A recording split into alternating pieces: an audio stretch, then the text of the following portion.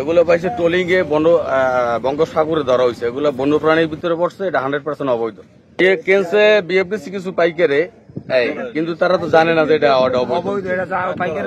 কার তরফ থেকে এগুলো পাইছে? এগুলো কার বোর্ডে পাইছে সঠিক দেই না, আমরা তো কেনা বেচার দিকে ঝামেলা ছিলাম, তখন দেই না কিনছে কেনা। কিন্তু যখন এটা বন বিভাগ আলাদা যাই যখন রেট দিয়েছে, তখন দেখছে যে মাছটা এটা এই জায়গায় জব্দ করা হয়েছে, কিন্তু কোনো মালিক পাওয়া যায় না, পাইকারও পাওয়া যায় না, মালিকও পাওয়া যায় না। সবাই পলাইছে, সব পলাইছে কি আর সব আরাম গেছে।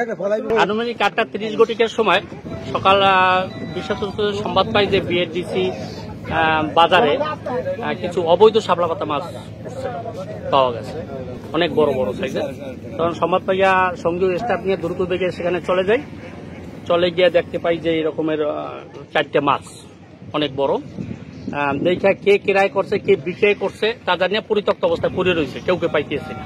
অনেক খোঁজাখুঁজি করছি, অনুসন্ধান করে কাউকে পাই যায় না। তারপরে কোর্টগার্ড গেছে, তারপর টিএনও স্যারকে অবগত করাইছি, ম্যাজিস্ট্রেট স্যারকে অবগত করাইছি। তারপর আমার রেঞ্জ অফিসার, বিট অফিসার তারাও উপস্থিত ছিলেন, তারাও গেছেন। গিয়ে এই অবস্থা দেখতে পেরে কেউকে পাইনি। এখন ওই এসিলেন্ট স্যার গিয়া উনি সিদ্ধান্ত দিচ্ছে যে এটা যেহেতু ক্রয় বিক্রয় নিষিদ্ধ, এটা অবৈধ, সম্পূর্ণ অবৈধ, ক্রয় বিক্রয় নিষিদ্ধ, তাই পরিবেশের নষ্ট না করে এটি পচনশীল, তাই বিদায় ধ্বংস করার জন্য নির্দেশ দেন। আচ্ছা, এটা নিষিদ্ধ কেন? আসলে এটা নিষিদ্ধ কেন, এটা হচ্ছে সাগরের ওই যে রাক্ষস যে মাছগুলো আছে, ও মাছগুলো তাড়া করে, যে অন্য বাচ্চা খেয়ে ফেলায়, কিন্তু এই মাছটাকে ভয় পায় ওই রাক্ষস মাছে আর ছোট মাছ খেতে পারে। এটা বন্যপ্রাণীর আওতাভুক্তই পড়ছেন। হ্যাঁ, বন্যপ্রাণীর ভিতরে এগুলো পড়ছেন। এগুলো যেহেতু ডিম দেন, এগুলো সাগরে বাচ্চা দেয়, এগুলো খাওয়া জায়েজ নাই। সবাই পছন্দ করে না, যে খায় সেটা হচ্ছে তাদের ব্যাপার।